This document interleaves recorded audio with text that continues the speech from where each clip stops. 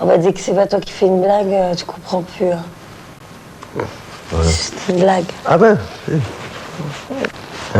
La haine ne peut constituer notre être. Il s'agit d'un accident ou d'une modification, quelque chose qui nous arrive. Vous voyez à quel point nous sommes philosophes, nous tous sans exception. La différence entre l'être et l'avoir, entre l'essence et l'accident, nous est très claire, même si nous ne la formulons pas comme cela. D'où vient que nous soyons tous philosophes? et que l'État ne veut plus créer de poste. Comment ça? Dès que c'est pas toi qui fais une blague...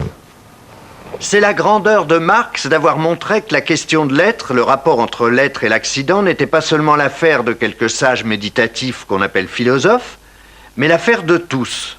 Mais pour être l'affaire de tous, encore faut-il que la philosophie naisse d'une activité universelle. Et cette activité universelle est le travail, du moins une certaine forme de travail ou de production. Une certaine forme de travail est la cause de la philosophie pratique de tous. Quelle forme de travail? Une forme de travail que Marx appelle aliénée, c'est-à-dire étrangère au travailleur, dans laquelle le travailleur devient étranger à lui-même. Le travail aliéné est une activité dans laquelle le travailleur est dépossédé de ce qu'il fait. Une voiture, par exemple, il n'a pas ce qu'il fait. Quelqu'un d'autre que lui possède ce qu'il fait. Le propriétaire privé. Ouais, c'est pour ça que Mao a envoyé les intellectuels au champ. Bah oui, pour qu'on les dépossède pas de leur riz. Monte.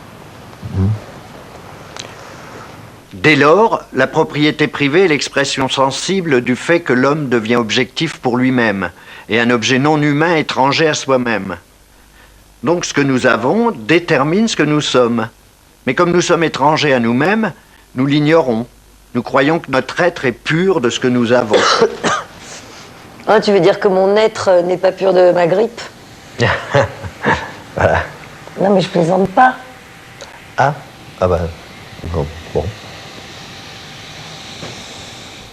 Pourtant, dit Marx, tout notre être, tout notre rapport aux autres et aux choses sont déterminés par notre sens de la possession. La moindre sensation, voir, entendre, toucher, est une appropriation de l'objet. Tous nos regards sont envieux, concupiscents.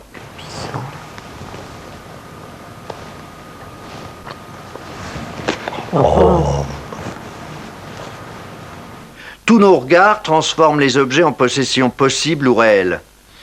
Nos sens sont devenus théoriciens. Ils prennent les choses, ils ne les laissent pas. Ainsi, certaines conditions dans lesquelles nous travaillons nous rendent tous philosophes. Nous sommes tous des philosophes allemands. Notre philosophie est contradictoire. Elle est matérialiste puisque toute chose est sentie sur le mode de l'avoir. Elle est idéaliste puisque nous sentons que notre être ne se réduit pas à l'avoir. Comment sortir de cette contradiction? Ça n'est pas, dit Marx, la tâche de la seule connaissance, mais la tâche réelle de l'existence. Philosophe de tous les pays. Vous m'avez compris. Hein?